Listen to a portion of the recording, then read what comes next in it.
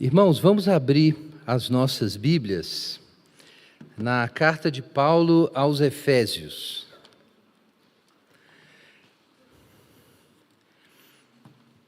Carta de Paulo aos Efésios, capítulo 3, vamos ler os versos 14 a 21. Efésios 3, 14 a 21. Vamos acompanhar então a leitura. Receba a palavra do Senhor. Por essa razão, dobro meus joelhos perante o Pai, de quem toda a família nos céus e na terra recebe o nome, para que, segundo as riquezas da sua glória, vos conceda que sejais interiormente fortalecidos com poder pelo seu Espírito, e que Cristo habite pela fé em vosso coração, a fim de que, arraigados e fundamentados em amor, vos seja possível compreender juntamente com todos os santos a largura, o comprimento, a altura e a profundidade desse amor, e assim conhecer esse amor de Cristo que excede todo entendimento, para que sejais preenchidos até a plenitude de Deus.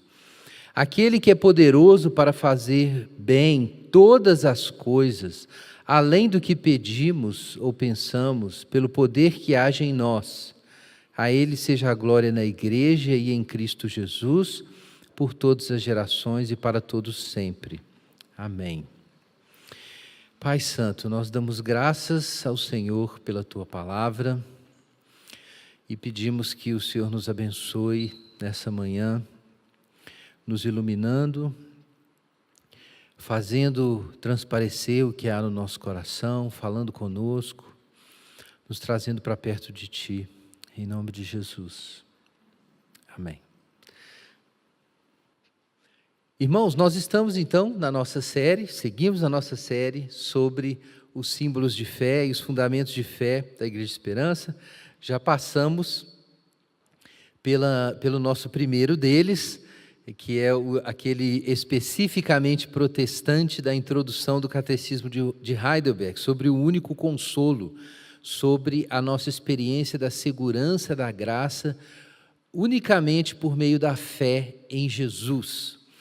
Mas agora nós entramos nos outros símbolos que nós compartilhamos com todas as igrejas cristãs e não apenas protestantes. E nós falamos semana passada sobre ortodoxia, ortopatia e ortopraxia. Os irmãos devem se lembrar disso. Nós começamos relembrando as palavras de Tomás de Aquino a respeito do que você deve crer, do que você deve desejar e do que você deve fazer. E o credo apostólico resume o que você deve crer, a oração do Senhor, o que você deve desejar, e os 10 mandamentos, o que você deve fazer. É claro que a Bíblia ensina mais coisas sobre o que você deve crer, desejar e fazer do que está nesses símbolos. Mas esses símbolos sintetizam as coisas essenciais, as coisas básicas, tá?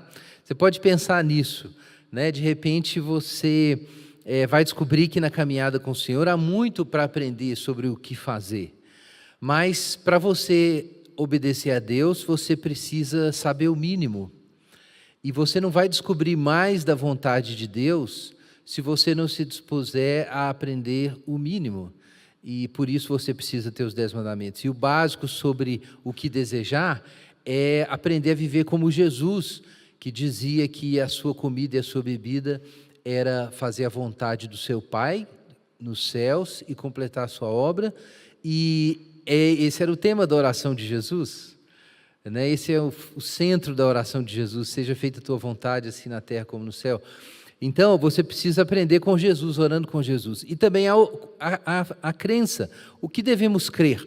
E nós vimos uma exposição, ao invés de eu já abrir uma exposição do credo apostólico, nós fizemos uma exposição de Efésios 1, porque lá nós temos uma apresentação bíblica da fé trinitária.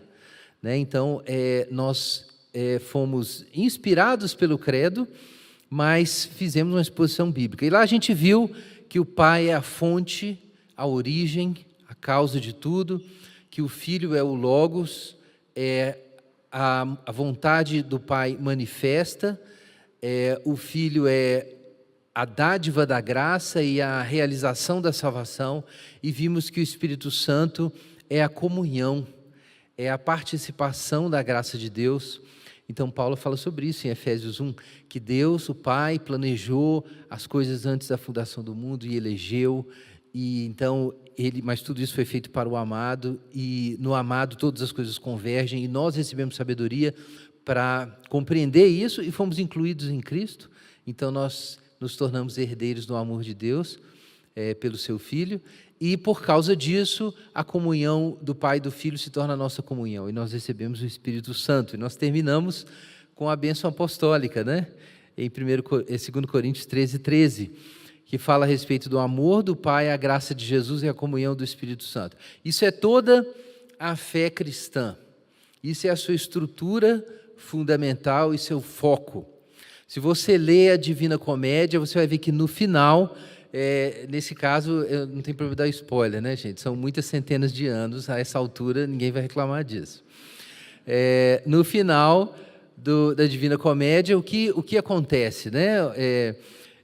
O Dante é levado, né, por Beatriz até a visão de Deus, a visão beatífica, e ele tem uma visão que é contada de um modo muito curtinho, porque não tem analogias suficientes, então nessa hora fica bem abstrato, e ele tem uma visão da Trindade, e isso é o centro da coisa toda, é você olhando para a face de Cristo, sob a ação iluminadora do Espírito Santo, reconhecer quem é Deus. E a vida cristã começa assim, é uma luzinha que você tem disso, e isso vai crescendo, crescendo, crescendo, até o dia em que o véu vai ser removido e você vai ver aquele que é perfeito, como diz 1 Coríntios capítulo 13. Então a vida cristã é um processo de desvelamento de como a ordem interna da Trindade, que é a ordem do amor, é a verdadeira causa e o destino de todas as coisas. Esse é o centro ao redor do qual todo o nosso universo gira. E nós estamos num processo de aprender, de ser iluminados sobre isso, né? Nós começamos a aprender que dele, por meio dele, para ele são todas as coisas, e quando a gente aprende isso, a gente começa a ver o universo de outra forma. O universo deixa de ser um fato sem sentido e se torna um episódio. Um episódio, como a gente sempre fala, de uma relação que estava aí antes do mundo ser feito. Então, é assim que a gente entende, deve entender a vida. Mas isso foi o panorama. Agora a gente precisa examinar com mais detalhes os diversos artigos do Credo Apostólico, que estão baseados, naturalmente, na revelação bíblica, na leitura que a igreja cristã fez das Escrituras. Então, ele é uma espécie de síntese, né, da coisa, do que nós devemos crer. E o primeiro artigo diz: creio em Deus Pai Todo-Poderoso, Criador dos céus e da terra. Então, nós começamos com o fundamento da fé católica, a fé universal de todas as igrejas, desde o início. Creio em Deus Pai Todo-Poderoso, Criador dos céus e da terra. Então aqui nós temos algo muito específico e claro sobre o Deus cristão. A palavra Deus aparece com muitos sentidos em muitos lugares. Os romanos tinham seus deuses, os gregos. Os deuses têm natureza diferente em religiões animistas e em religiões tradicionais. É diferente. Existe uma diferença disso em relação à divindade em religiões com elementos panteístas, ou com ênfase no que a gente chama de teologia negativa. Então, a gente tem um equivalente de Deus e de deuses no hinduísmo, mas no hinduísmo filosófico, Deus é muito diferente. Ele não é distinto de outros, ele não é uma pessoalidade, ele não tem centramento pessoal, é uma outra coisa.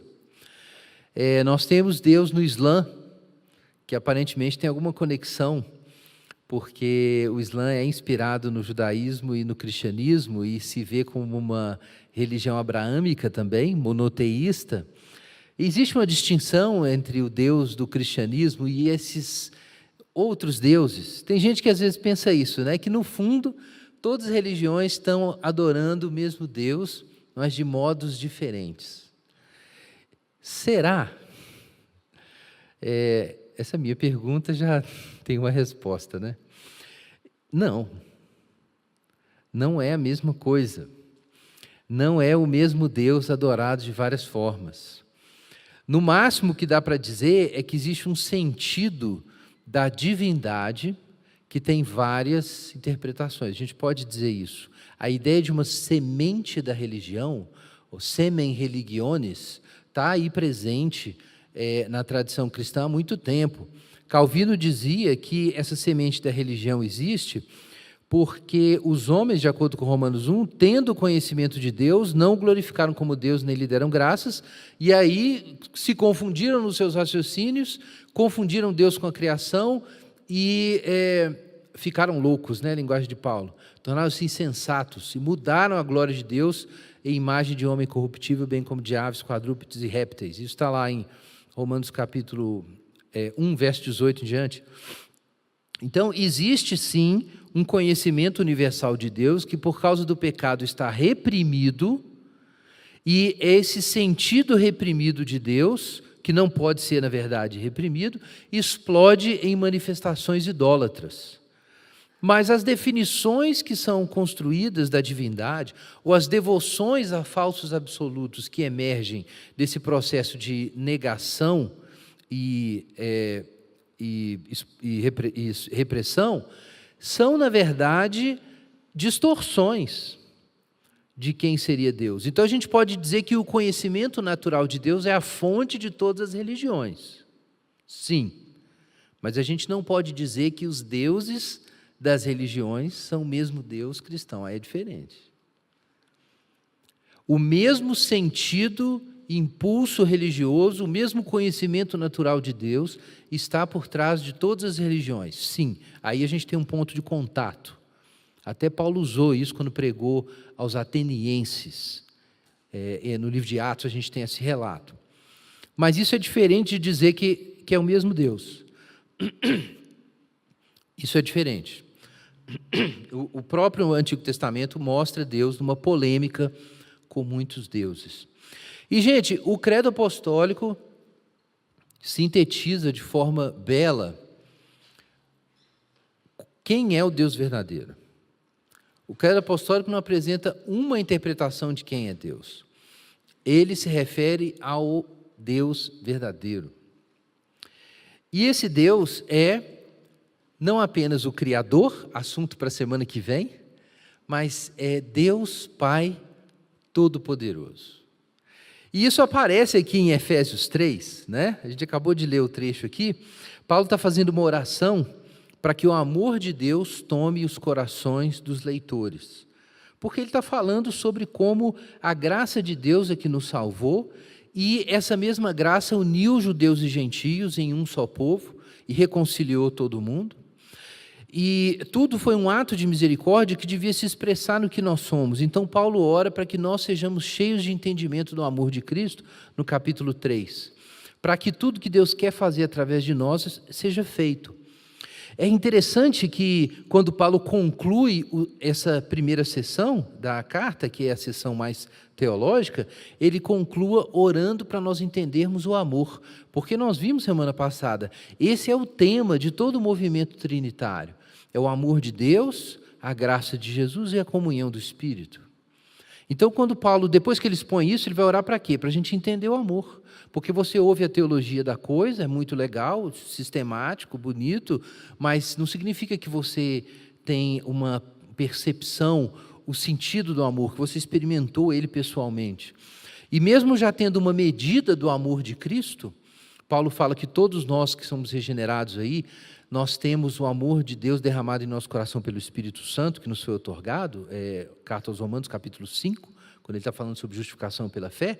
Parece, de acordo com Efésios 3, que isso pode ser ampliado.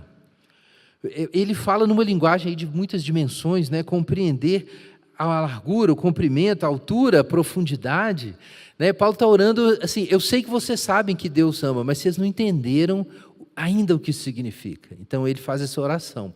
E isso nos ilumina sobre como orar. Você quer crescer na vida cristã? É isso que tem que acontecer.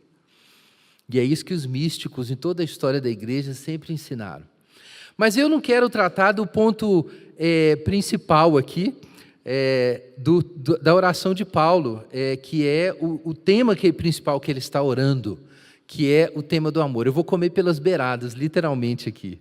E eu quero chamar a atenção para o começo e o fim da oração, que é o que ele pressupõe para fazer essa oração. O que ele está pedindo?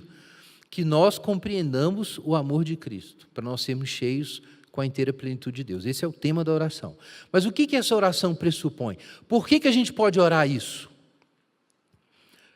Por causa daquele a quem nós estamos orando, que Paulo chama como, no capítulo 3, verso 14, o Pai.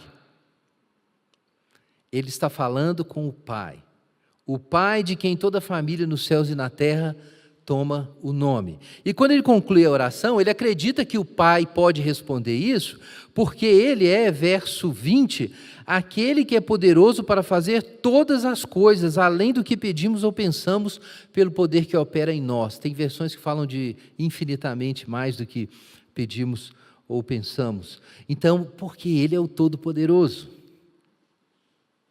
Então nós podemos esperar que essas orações sejam respondidas, porque, irmãos, existe um Deus Pai Todo-Poderoso.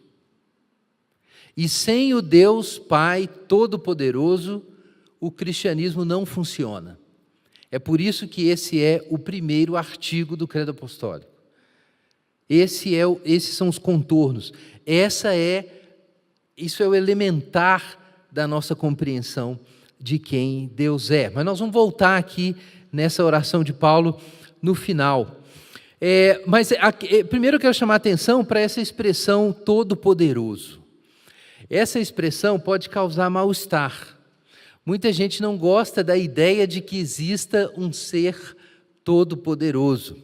E o tema do poder, gente, é um tema político, um tema ético, um tema cultural fortíssimo, né? Isso vai desde o programa moral contemporâneo, que busca trazer justiça empoderando as pessoas, né? Então o poder é importante do ponto de vista ético e político, mas isso está na nossa imaginação. Quem gosta de Tolkien vai se lembrar que a história da Terceira Era gira ao redor do anel de poder. Existe um anel de poder, um anel para dominar todos e para aprisionar todos nas trevas. Então, essa história do anel é uma história que fala com a gente. Falava na época em que você tinha vários indivíduos tentando ter o poder, né? E isso se repete. Aquela tentativa de Alexandre de unificar Oriente e Ocidente, a expectativa do Império Romano, a tentativa de restaurar o Império Romano, a lógica do Império Romano, primeiro ali com Napoleão, né? E depois, já na modernidade agora, e depois com Hitler, essa coisa de criar um governo central e centrar tudo isso num indivíduo. Então, essa concupiscência do poder é bem conhecida, ela está na história e está na literatura, né? E as forças do bem vão se juntar para destruir o anel, porque não pode, ninguém pode ter tanto poder assim. Existe um acordo de que o poder pode ser mal e uma coisa muito ruim se concentrada de forma tirânica. E muitas histórias modernas também trazem essa questão do poder, né? Em parte, esse é o tema também dos filmes de heróis. É que, no fim, as pessoas boas, elas são mais poderosas e elas vencem. Então, isso se repete, né, nas histórias de heróis. Sempre tem a questão do poder. E sempre tem aquele plot twist, assim. Aparentemente, o sujeito não é tão poderoso, mas, de repente, na hora H, o cara que parecia fraco fica super poderoso e derrota todo mundo. A gente sabe de onde vem essa história, né? Tudo copiado da mesma história, como dizia Tolkien. Tudo colado, né? A eucatástrofe cristã. No meio da fraqueza nasce a força, né? Do peito de criancinhas o Senhor suscita força. E aí ele vai derrotar o valente. Então, essa história, como a gente sabe que é uma história copiada, não é a história dos pagãos, né? A história dos pagãos eram trágicas, né? É diferente. Mas veja que o poder está em jogo também nessas histórias. Ele sempre aparece como uma dimensão. Agora, quando ele é o tema central, as histórias são pobres. Porque algo em nós diz que o poder não existe per se, só para si. Até mesmo quando Paulo fala sobre o Estado, ele diz isso, que sobre as autoridades, né? Em Romanos capítulo 13, que as autoridades existem para o nosso bem. Então, o poder tem uma razão, né? A autoridade tem uma razão, e uma razão maior do que ela. Então, só em visões cínicas da realidade, tudo termina em conflitos de poder. Na visão judaico-cristã, existe algo por trás disso, e o bem vai vencer. Não existe poder contra o bem, porque o bem é a própria fundação de todo poder. Então, a visão judaico-cristã é bem diferente nesse sentido, de visões que colocam o poder como o último nível de análise e a verdadeira fonte de onde tudo é organizado. Essa seria a visão pagã, a visão de que a violência e a força é o fundamento de todas as coisas. É como Agostinho entendia Roma, né? Roma, a cidade dos homens, é uma cidade fundada na vontade de poder. Não é que isso seja falso. Realmente, os homens podem construir uma civilização inteira que tudo gira ao redor, ou eles tentam fazer com que tudo gire ao redor do poder. Mas isso, na verdade, não é possível, porque a realidade não é assim. Esse é o ponto. Deus não fez o mundo desse jeito. Então, quando os homens tentam agir dessa forma, eles estão contradizendo a própria natureza da realidade. E se eles estão contradizendo a natureza da realidade, aquilo vai voltar. Aquilo não pode ser sustentado. Eu já contei essa história aqui. Perguntaram para um cara bastante famoso, chamado Desmond Tutu. Talvez alguns mais velhos aí saibam quem é. Ele foi importante na luta contra o apartheid na África do Sul, um bispo anglicano, e ele foi sempre muito tenaz, lutou muito tempo contra aquilo, e ele foi questionado uma vez sobre por que ele manteve essa postura até o fim, sempre com uma mensagem de esperança, a resposta dele é que ele sempre acreditou que, eventualmente, o apartheid ia ser revertido, porque o mal se volta contra o tecido da realidade, contra a própria realidade, e em algum momento o destino dele é ser derrotado. Não tem jeito, porque o ser é bom, e a tentativa de negar o ser é impossível. Você pode fazer isso por um tempo, mas não é possível fazer isso continuamente. Em algum momento, o fato de que existe uma estrutura moral do universo vai aparecer, e o mal vai acabar sendo derrotado. De alguma forma, nessas histórias, né, que a gente conta, é isso que a gente acredita, que existe uma ordem moral no universo, e que o mal acaba se destruindo. Então, a gente não acredita no poder puro. Então, é importante entender isso, porque Deus não é simplesmente o Todo-Poderoso e ponto. Ele é claro que sim, Ele é o Todo-Poderoso, mas Deus não é simplesmente uma fonte de poder. Isso seria uma visão pagã da coisa. Se a fonte de todas as coisas fosse simplesmente força, energia, isso seria ambíguo. Karl Barth disse, em certa ocasião, que um Deus que fosse todo-poderoso e não fosse bom, seria o terror absoluto. Isso poderia ser como em experimentos aí filosóficos, né, como Descartes faz, seria a ideia de um gênio mau e todo-poderoso, seria um demônio infinito. Né? Imagina uma coisa dessa. E isso não é Deus. Deus não é simplesmente aquele que é todo-poderoso e controla tudo. Mas a gente não pode negar esse fato de que a Bíblia ensina isso. Então, vejam Gênesis 17:1.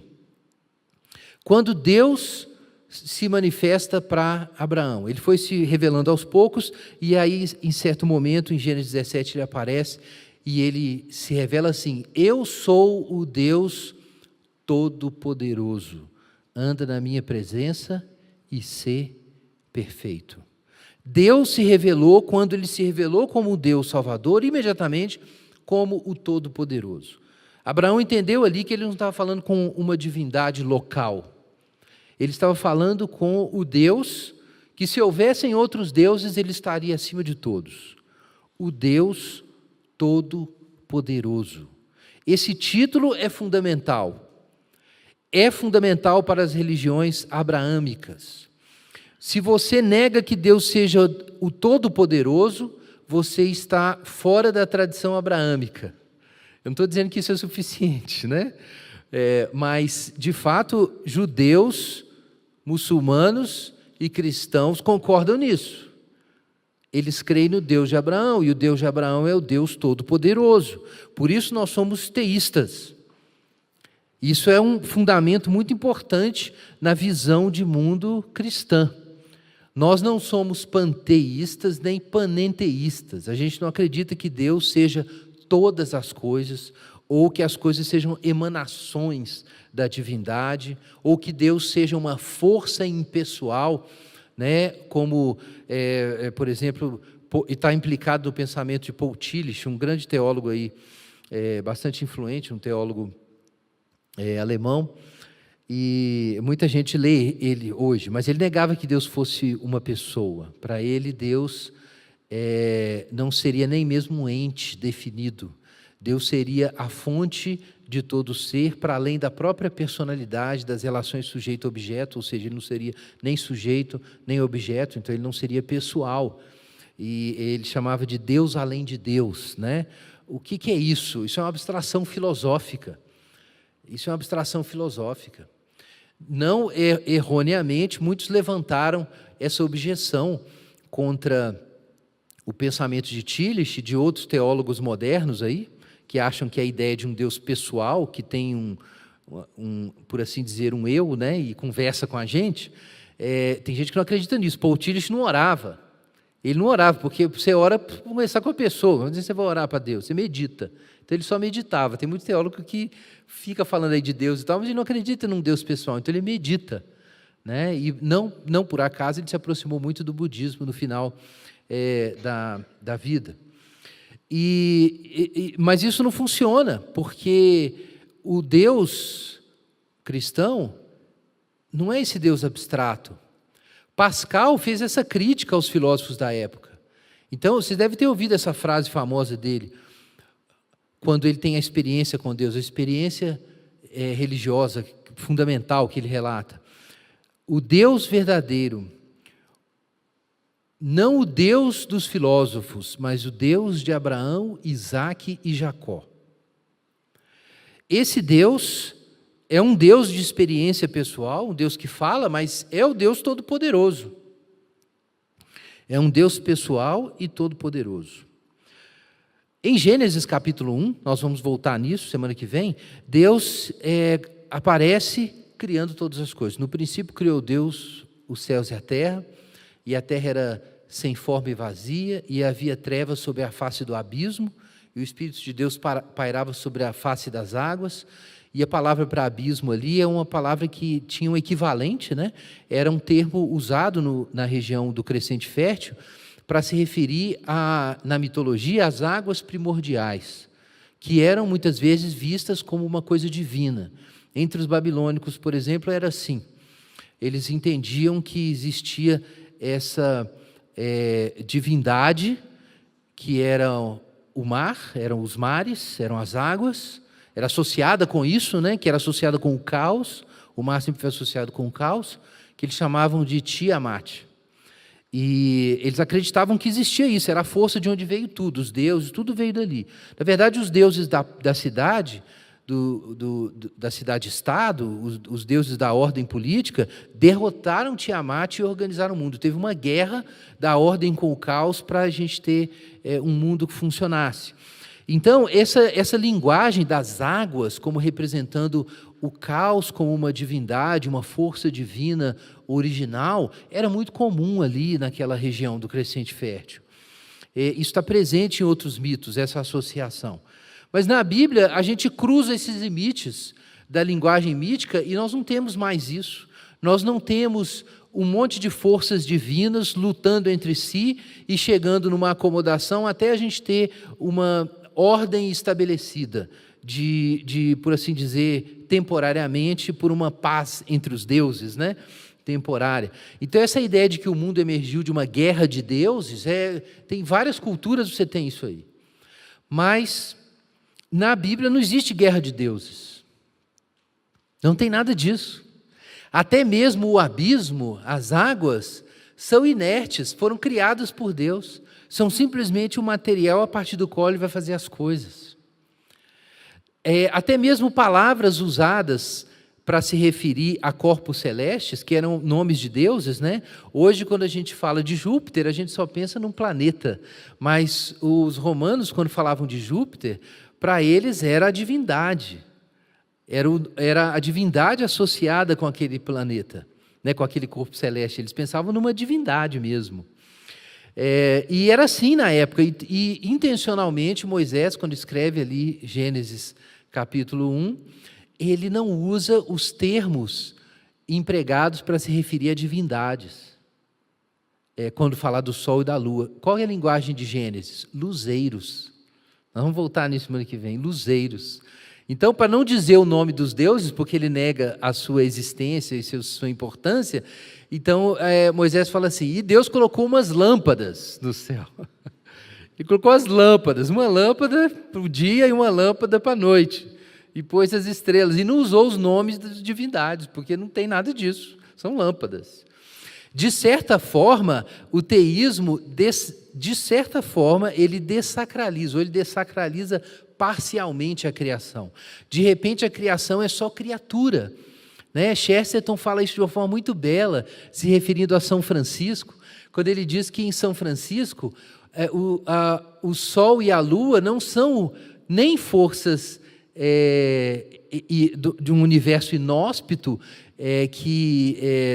às quais nós estaríamos sujeitos, e nem são divindades, eles são irmãos, irmão Sol e irmã Lua.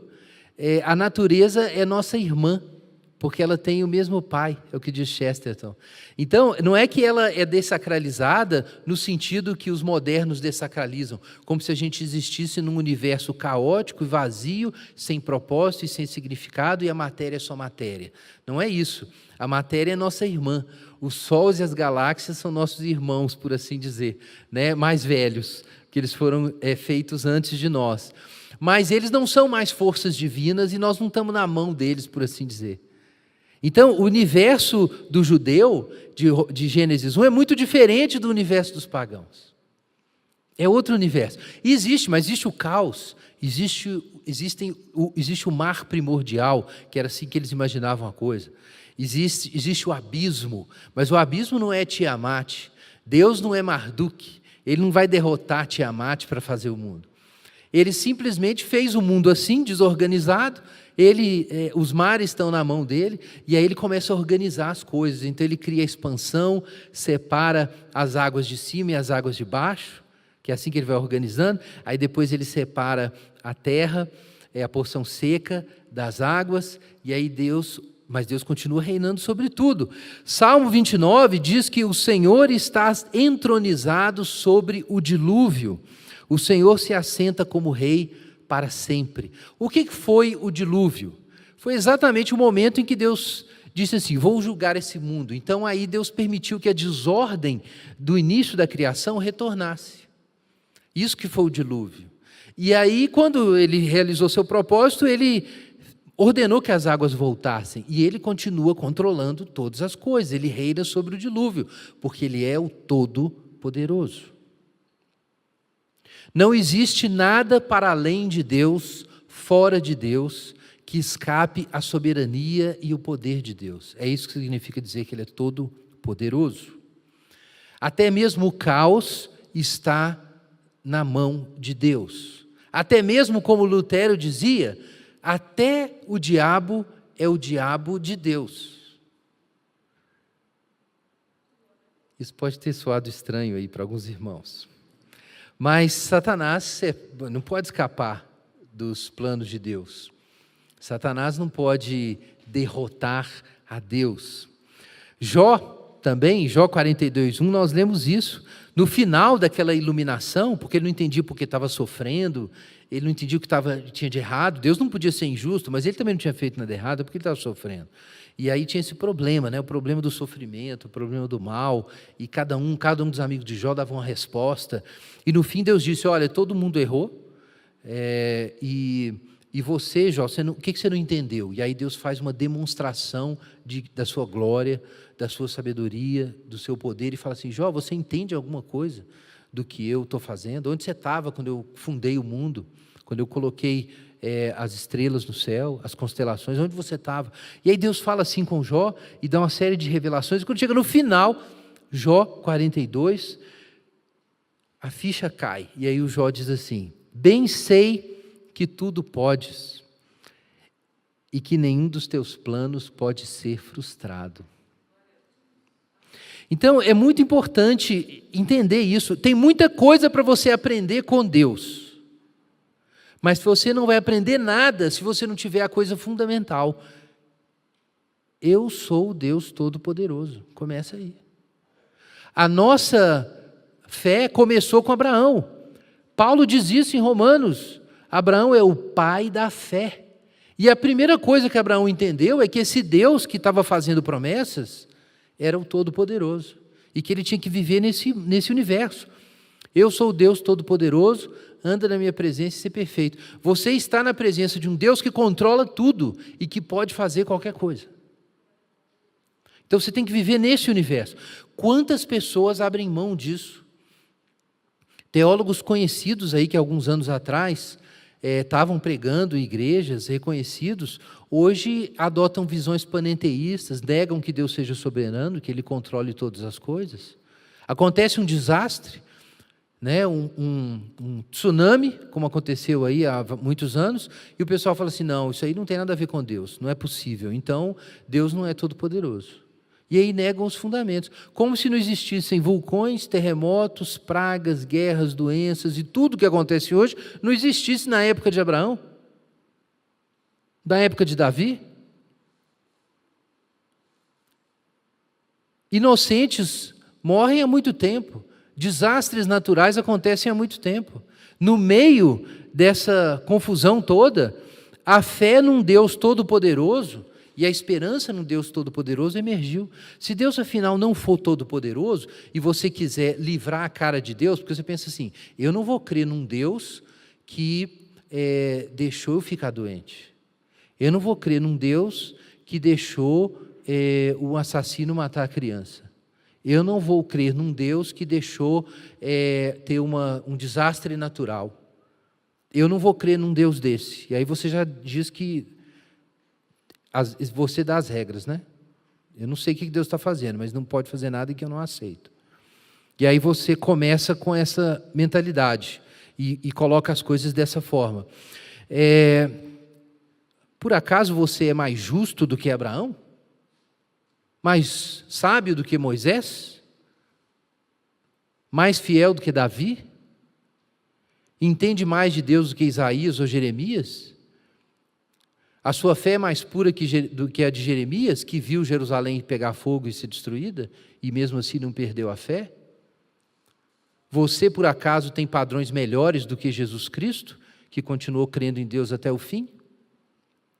Como assim você pode questionar os atos de Deus com o seu horizonte finito, humano de criatura? O que Deus for, só tem um jeito da gente saber e crer, é se Ele disser. Nós não podemos colocar condições para quem Deus deve ser ou não, ou o que deve fazer ou não. E a revelação de Deus na história é do Deus Todo-Poderoso. É assim em Abraão, e é assim em Jesus, e é assim em Paulo, e tem sido assim na igreja. Então, na verdade, isso é muitas vezes respeito humano. Eu entendo isso, mas está errado. A gente não tem resposta. E se alguém pergunta assim: por que Deus deixou essa tragédia acontecer? Não sei. Nós não temos que saber isso. O que a gente precisa, com certeza, fazer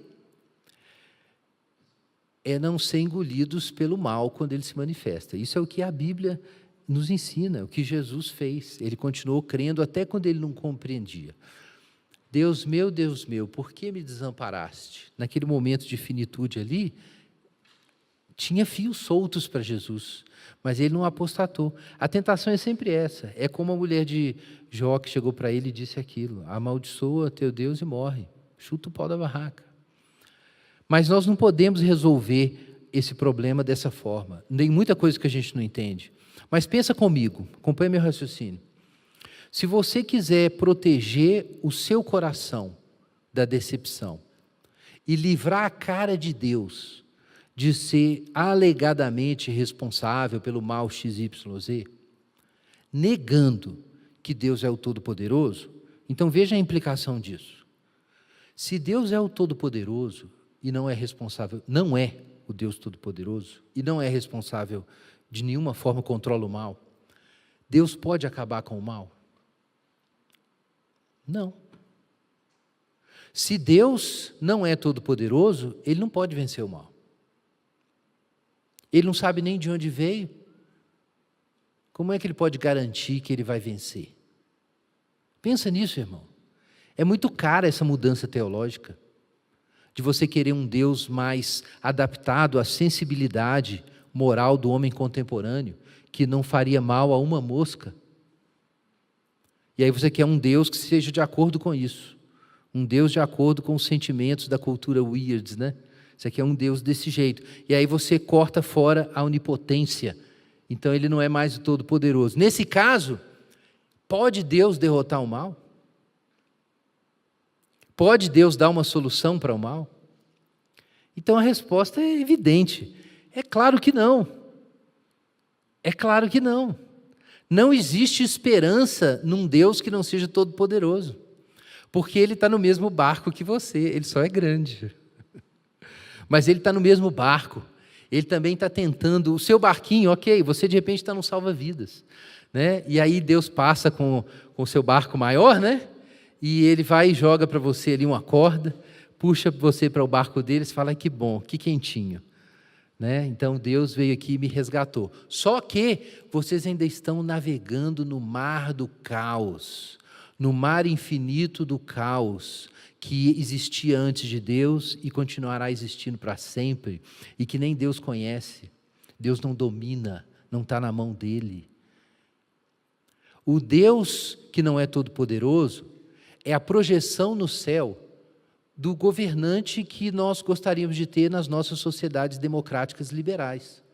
A gente não quer, obviamente, nenhum Hitler, nenhum Napoleão dominando.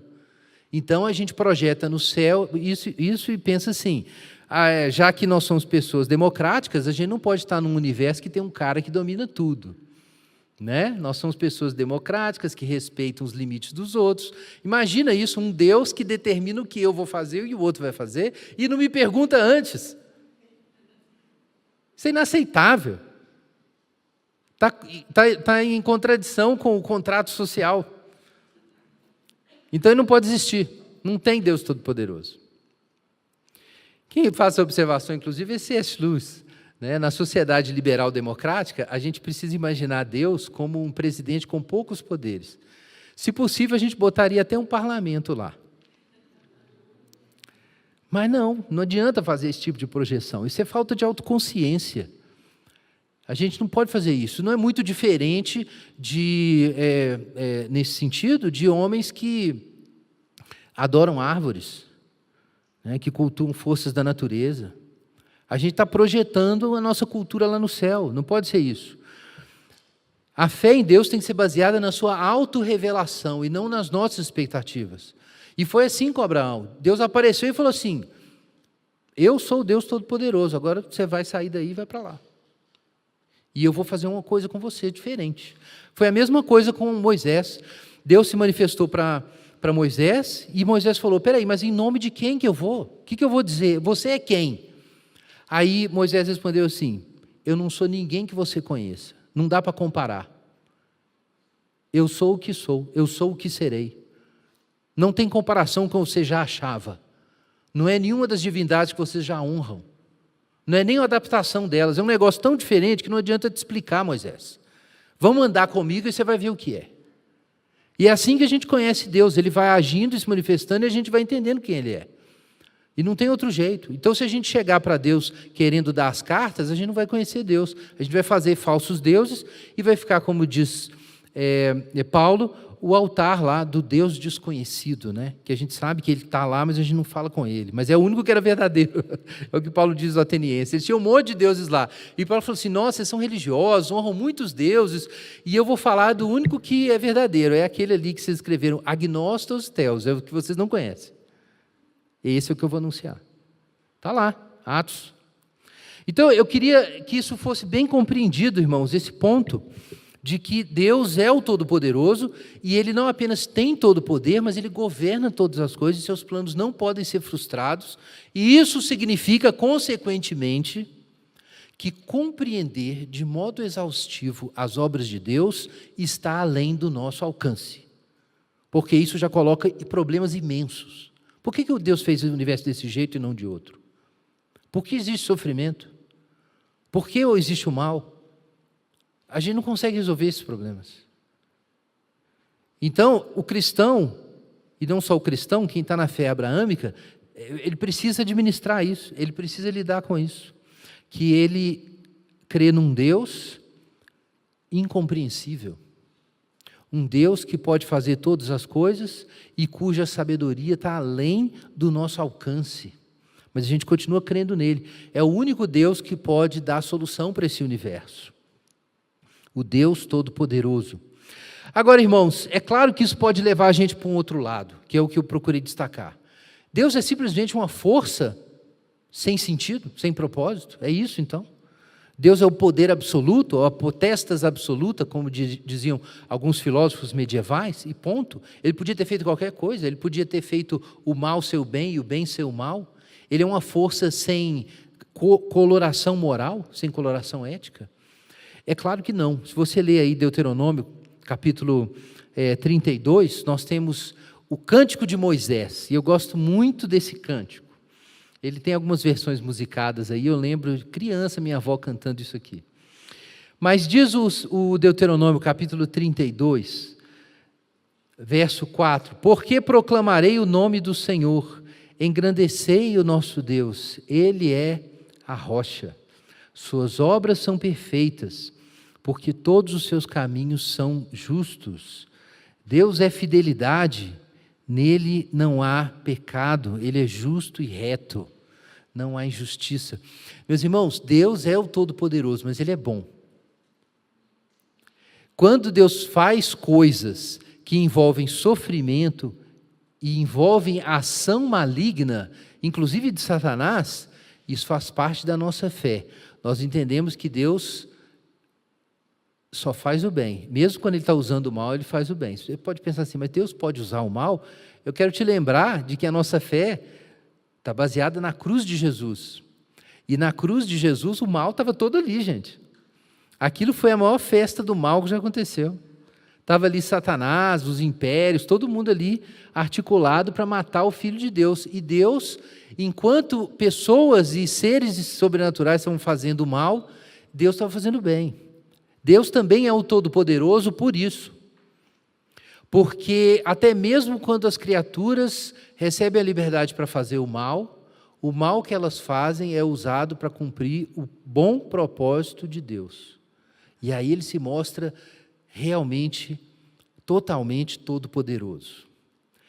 Pensa bem, imagina como acontece naquela história do Paraíso Perdido, John Milton, que, enfim, isso é uma especulação, né, que Satanás teria reunido os anjos e falado assim, olha, Deus falou que criou vocês, mas não criou vocês nada, vocês emergiram do caos, vocês apareceram aí, e aí Deus já estava lá e ele veio com essa conversa de que ele fez a gente.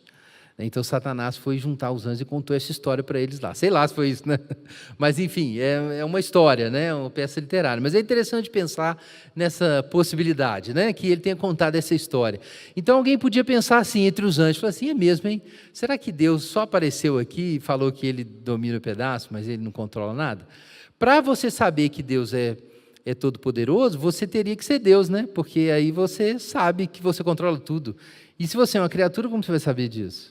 simplesmente olhando um cara fortão fazendo o que ele quer. Então imagina que você decide que vai desobedecer a Deus. Vamos desobedecer então, aí a gente vai ver quem é todo poderoso. E começaram a desobedecer a Deus, e a coisa aparentemente estava indo bem, né, de vento em popa, né, eles fazendo males, espalhando o pecado e tal. Agora imagina que você começa a notar um padrão, que você fala que você vai fazer uma coisa ruim para contradizer a vontade de Deus, e aí você descobre lá na frente que aquilo cumpriu um propósito de Deus. Isso é extremamente preocupante para o projeto. Imagina que você começa a fazer isso e vários demônios agindo e se articulando e trabalhando no mundo para frustrar os planos de Deus. E aí quando eles fazem alguma coisa bem legal, pá, aquilo resolve um problema que Deus queria resolver. Não faz sentido. Imagina que vocês juntam toda a força do mal num ponto no universo para realizar a derrota final de Deus. Aí vocês vão lá e crucificam e o Filho de Deus é morto e aí Deus salva o mundo. Lascou. Não tem jeito. Como que você vence um Deus que quando você é muito mal, a bondade, a graça de Deus superabunda e os seus planos se realizam? Não tem jeito. Então ele é o Todo-Poderoso. A visão cristã da realidade não funciona sem um Deus Todo-Poderoso. Só que Deus se sujeitou à fraqueza. E é assim que Paulo fala, que a fraqueza de Deus é mais forte que os homens, que a loucura de Deus é mais sábia do que os homens. É isso que às vezes o pastor Igor faz, que para derrotar Satanás, Deus simplesmente se deixou ser morto. O verbo encarnado, melhor dizendo, simplesmente isso. Deus simplesmente foi fraco, e sendo fraco, ele derrotou o mal. Mas dessa forma, Deus provou de modo muito mais claro, mais do que na própria criação, que ele é o Todo-Poderoso. É que a reconciliação, como diz Paulo em Colossenses, a reconciliação de todas as coisas foram obtidas quando as forças dos homens e das trevas se juntaram contra Jesus. E ali o que Deus fez? Está lá em Colossenses. Humilhou os principados e potestades, aonde? Na cruz. É assim que ele humilhou os principados e potestades na cruz. A força que eles roubaram de Deus e quiseram usar contra Deus, acabou sendo usada para cumprir os planos de Deus. E ali os poderes foram humilhados. Se você pensa assim que, de fato, Jesus literalmente acorrentou os demônios ali na cruz, não é isso. O que aconteceu é que todos os poderes do mundo, e o Império Romano foi descobrindo isso aos poucos, que Jesus era inderrotável, que não tinha jeito de fazer nada com ele. Mas as forças espirituais entenderam isso, contemplando mesmo a distância, que tudo que elas fizeram cumpriu os planos divinos. Então Deus é o Todo-Poderoso. Esse é o Deus de Abraão, esse é o Deus de Jesus, é disso que Paulo está falando aqui em Efésios. Agora, esse Deus também é o Pai. E nós vamos falar muito ainda sobre a paternidade de Deus, porque nós vamos expor o Pai Nosso. Mas eu preciso dizer alguma coisa aqui sobre isso, para a gente entender o que diz esse primeiro artigo do Credo. Aqui em Efésios, no primeiro capítulo que nós expusemos na semana passada, logo no princípio nós lemos isso, que Paulo vê a Deus, em primeiro lugar, como Pai. Veja aí em Efésios, capítulo 1, verso 3, vamos lembrar do que nós vimos semana passada.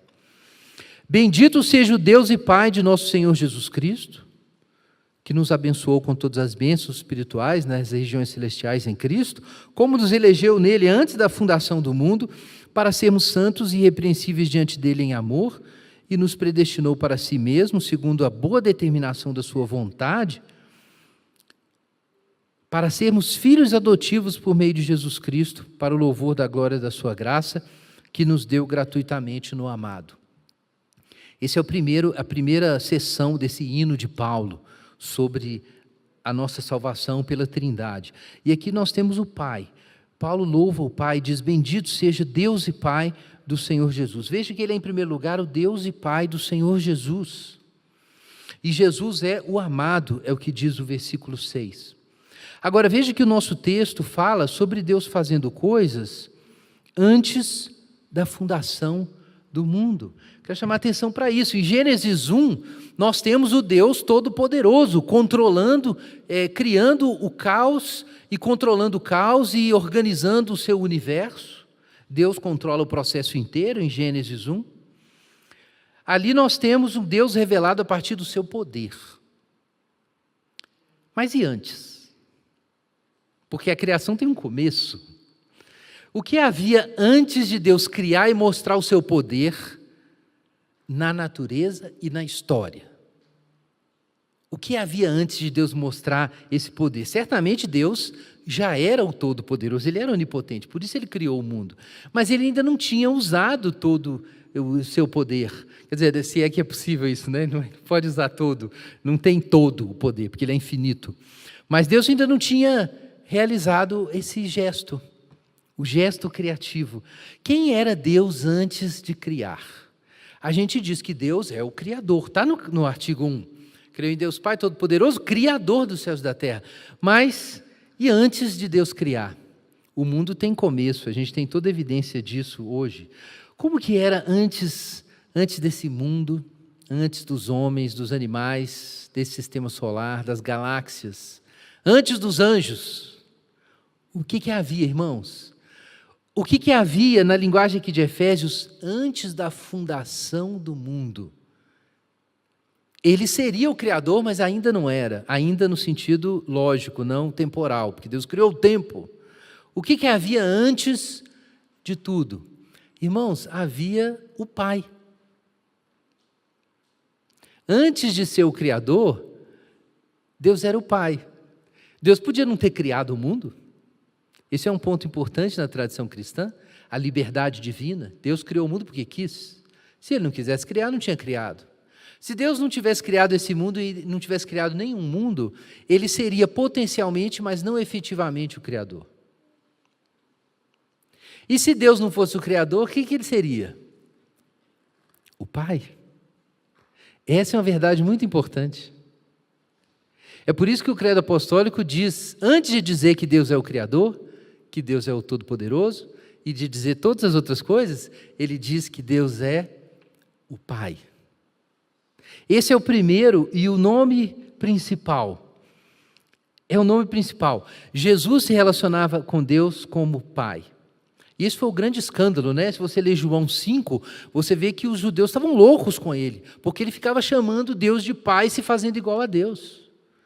João capítulo 5. Parece que isso era tão habitual que começou a irritar os judeus. E a gente sabe que o termo pai não era usado na relação pessoal de oração, gente.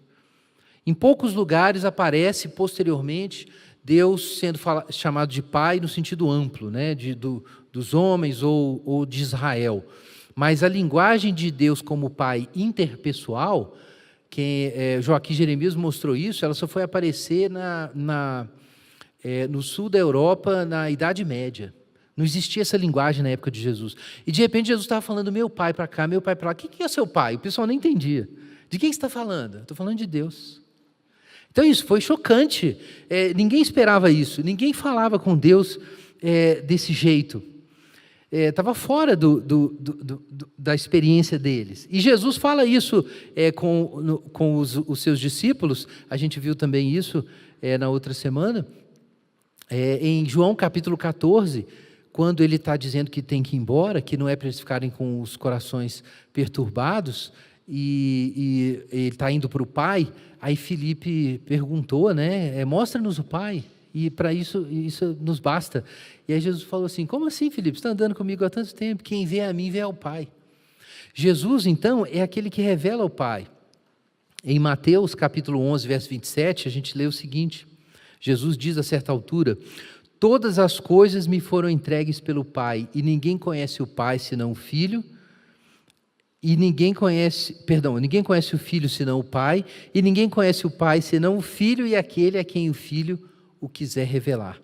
Esse trecho é muito importante, Mateus capítulo 11, verso 27, tem o equivalente em Lucas também.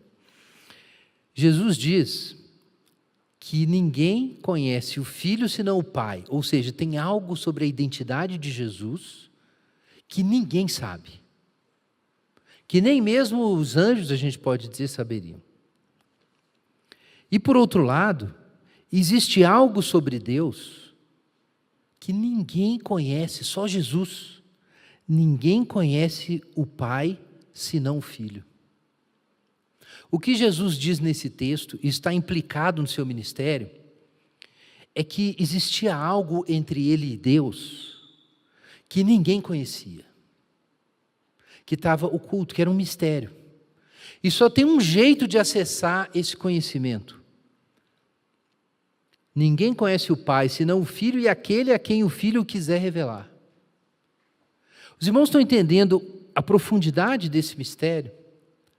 Porque é claro que os judeus conheciam a Deus como Redentor de Israel, como Deus da justiça, como Todo-Poderoso, como Criador, é claro que eles conheciam isso. Os anjos conheciam Deus como Criador, eles foram criados por Deus. Agora, existe um conhecimento, irmãos, que não está disponível às criaturas. Não está disponível. A criatura pode saber que Deus é onipresente, onisciente, onipotente, que Deus é bom, pode saber da justiça de Deus, como eu disse, pode saber muitas coisas sobre Deus. Mas existe um conhecimento que não está disponível a nenhuma criatura. É um conhecimento de coisas que existem antes da fundação do mundo. Não. Isso aí não dá para você descobrir com telescópios, com microscópios, com filosofia, com iluminação religiosa, com ascese, não tem jeito. Quem pode conhecer o mistério divino antes da criação do mundo? É isso que Jesus está falando. Abre a sua Bíblia em João capítulo 1. Nós lemos hoje João capítulo 1 na abertura do culto. É um capítulo para a gente meditar muito nesse período do Advento. Então, em João capítulo 1, o que nós lemos ali? Versículos 12 em diante.